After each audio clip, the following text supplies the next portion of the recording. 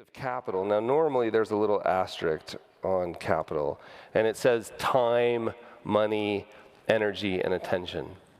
So to me, the best way to describe real financial planning is the never-ending alignment of our time, money, energy, and attention with what is actually important to us. I actually worked on that the right side here.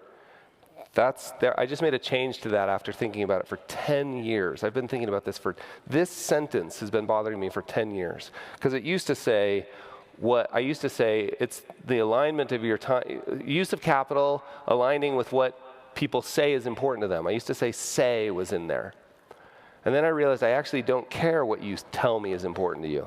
I mean, I do care, but in my mind, and I don't ever use this language with the public, but in my mind I'm thinking, oh, that's cute that you think that's what's important to you, right? Because I know from like all the Rene Girard work around mimetic desire, I know that you're a human just like me. You actually don't know what's important to you. That process of discovering, I've come to realize that this is actually the most important side of this equation, if you will. I thought that was the easy side. What are your goals? Oh yeah, of course. What do you value? What's your purpose in life? Okay, great, write it down. In fact, I can ask you that in my intake form in the lobby. All right, now I've realized that that's the hard side. So then this never-ending alignment between how we use our time, money, energy, and attention and what's actually important to you. And that actually important to you, this is a discovery process over time. You're not going to know because it turns out you're human just like me. I don't know, and it changes. Right? So that to me is how I think about what's real financial planning. The problem is that it doesn't fit in a calculator.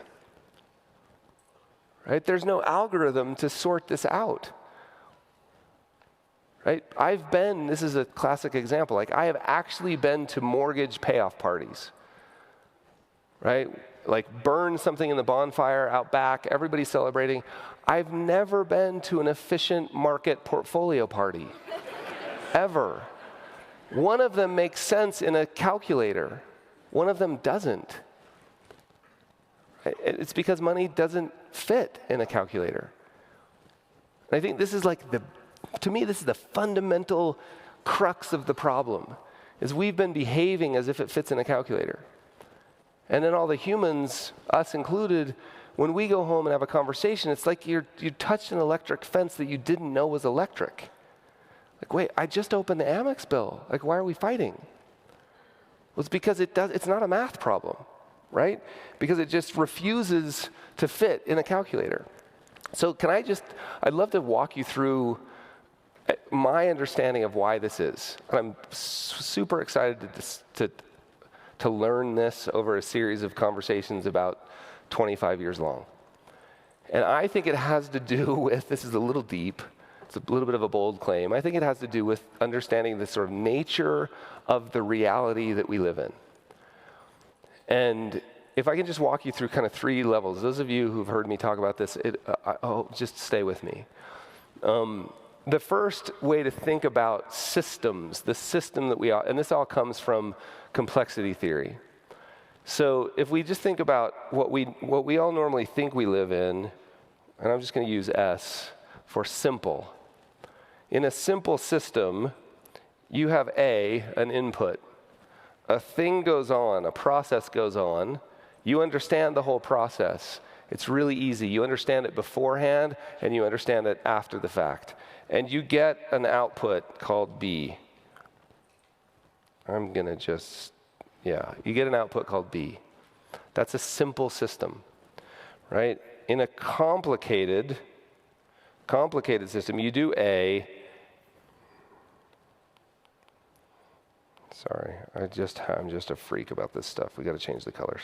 You do A thing goes on that's pretty complicated, and you get B.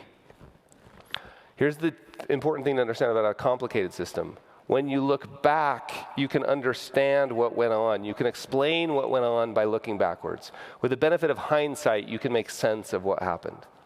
That's a complicated system. Now, a complex system, what color are we going to, green. A complicated system, which we'll just do that. You do A thing goes on. and you're not sure what you get, right? Here's the important part about a complex system. When you look back, you can't explain it.